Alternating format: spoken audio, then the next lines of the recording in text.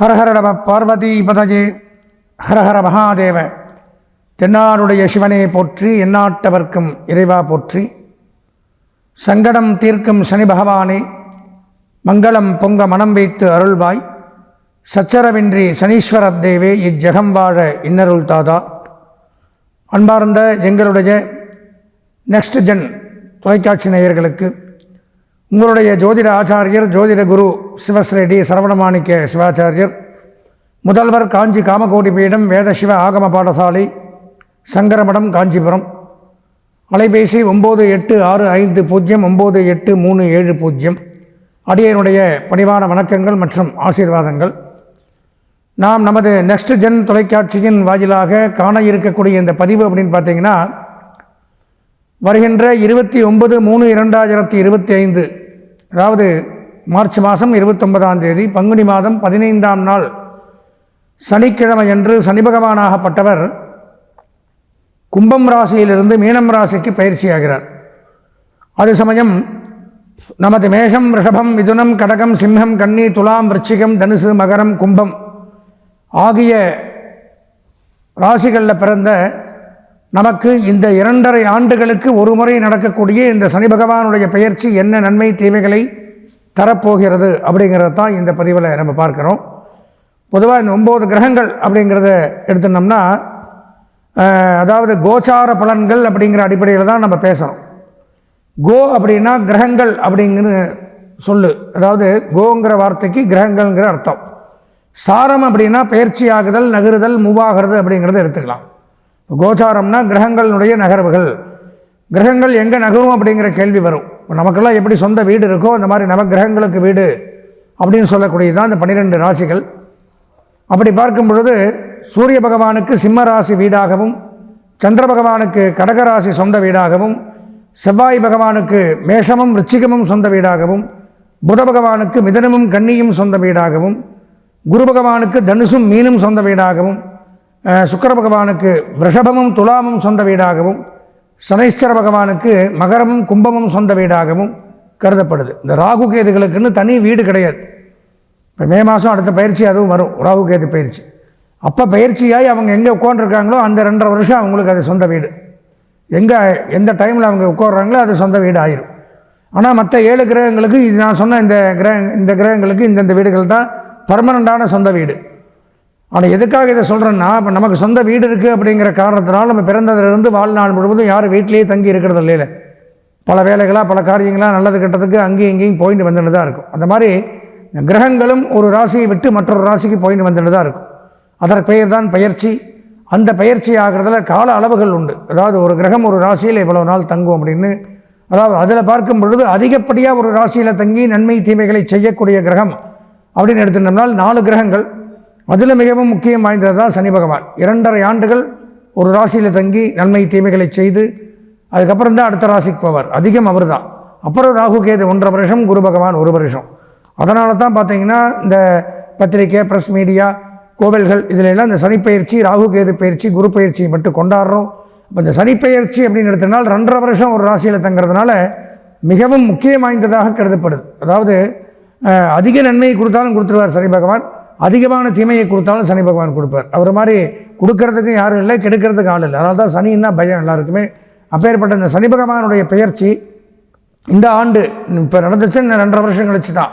இப்போ இந்த நடக்கக்கூடிய பயிற்சியின் மூலமாக எந்தெந்த ராசிகள் நன்மையை அடையுது, என்னென்ன ராசிகள் பரிகாரம் பண்ணிக்கொள்ள வேண்டிய ஒரு அமைப்பில் இருக்கும், கஷ்டங்கள் பட வேண்டிய அமைப்பில் இருக்கும் அப்படிங்கிறது தான் இந்த பதிவில் பார்க்குறோம்.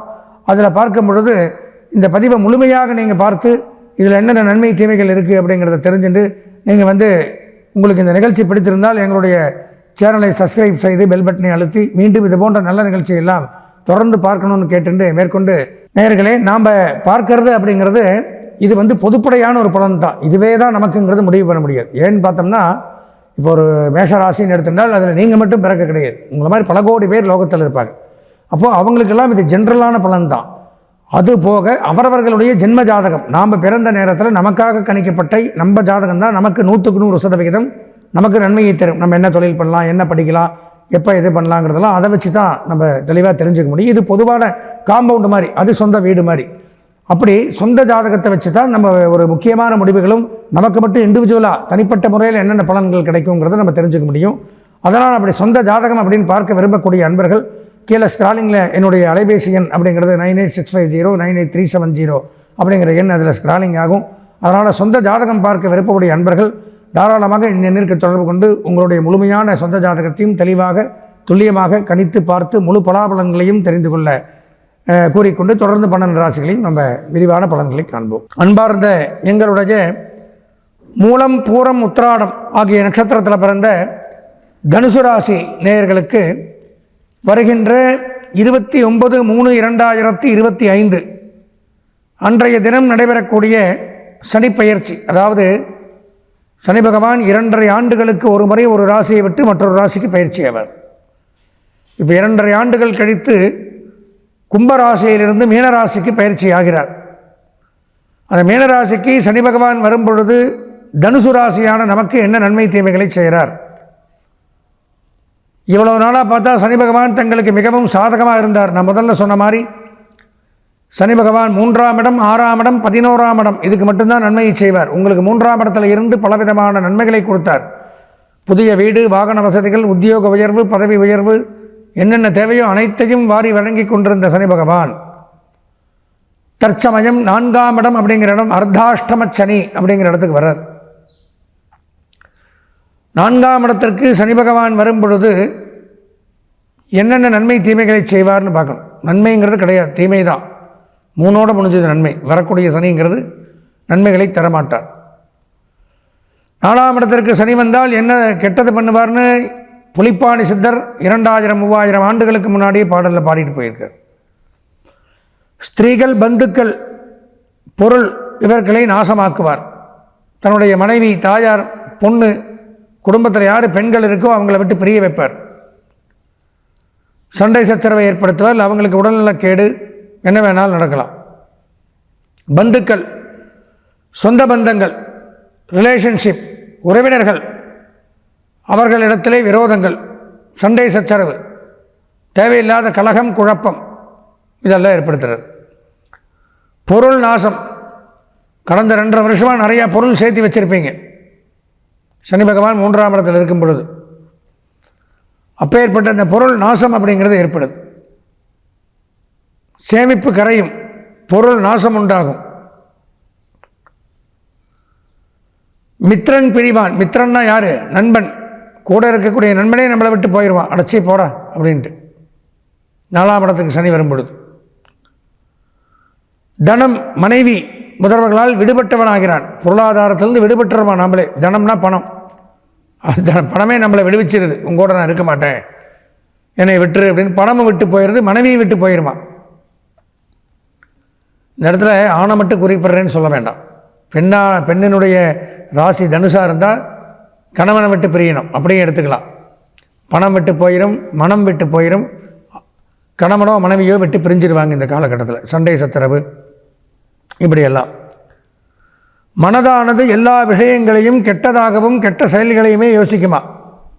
மனசு எப்போவுமே நல்லதை யோசிக்காதான். எல்லா நேரத்துலையுமே கெட்ட சிந்தனைகள், கெட்ட செயல், எப்படி சீக்கிரம் முன்னேறலாம்.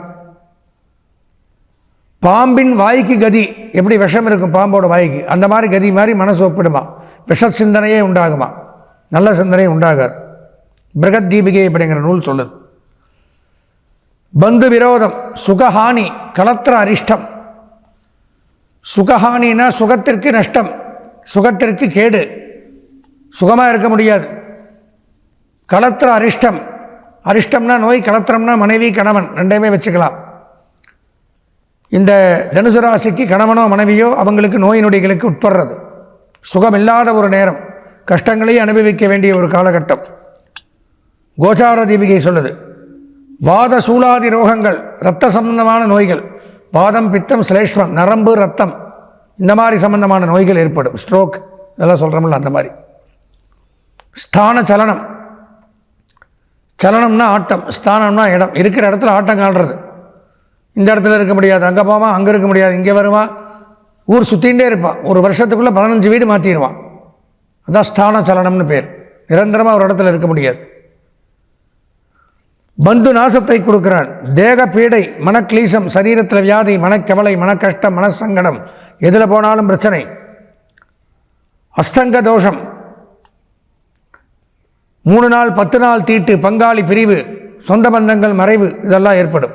அவமானம், பிசாசு உபாதை, மந்திரம், தந்திரம், மாந்திரீகம், ஏவல், பில்லி சூன்யம், செய்வினை, இதிலெல்லாம் பீடிக்கப்படுறது. தனுசு ராசிக்காரர்கள் கண்டிப்பாக மாந்திரீகத்துக்கு ஆளாகக்கூடிய ஒரு நேரம், பிறருடைய செய்வினையால் வஞ்சிக்கப்படக்கூடிய ஒரு நேரம், எந்திரிக்க முடியாது, அவ்வளோதான். அந்த மாதிரி அமைப்பு அப்படிங்கிறது உண்டாகுது. வழி நடத்தலில் பிரச்சனை, சரீர பீடை உண்டாகும், அனைத்தையும் இழக்கக்கூடியது. பொன் பொருள், ஆடை ஆபரணம், மனைவி, மக்கள், வீடு, வாகனம், வசதி எல்லாத்தையும் இழந்து படுத்த படுக்கையாக இருக்கக்கூடிய ஒரு நேரம் தான் போட்டிருக்கார் யமனேஸ்வரர். அதனால் இந்த அர்த்தாஷ்டமச்சனி அப்படிங்கிறது ஒன்றும் அவ்வளவு நல்லதல்ல. எனவே தனுசுராசினியர்கள் அவசியம் உங்களுடைய சொந்த ஜாதகத்தை ஒரு முறை இந்த பதிவை பார்த்த உடனே பார்க்கணும்.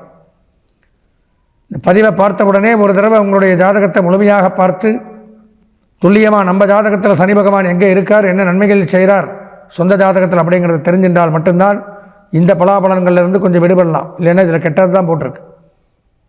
சொந்த ஜாதகம் பார்க்க என்ன பண்ணணும், இதில் ஸ்டாலிங்கில் என்னுடைய அலைபேசி எண் அப்படிங்கிறது வரும். 9865 98370 98650 98370. தாராளமாக இந்த எண்ணிற்கு தொடர்பு கொண்டு சொந்த ஜாதகத்தை ஒரு முறை பார்த்து அதில் சனி பகவான் என்ன பண்ணுறாருங்கிறத தெரிஞ்சுட்டு இந்த 2.5 ஆண்டுகள் சனி பகவானுடைய தோஷங்களிலிருந்து விடுபட்டு நீண்ட ஆயுளோடு நிறை செல்வத்தோடு வாழ்வாங்கு வாழ எல்லாம் வல்ல இறைவனை பிரார்த்தனை செய்து கொண்டு ஆசீர்வதித்து விடைபெறுகிறேன். நன்றி, வணக்கம்.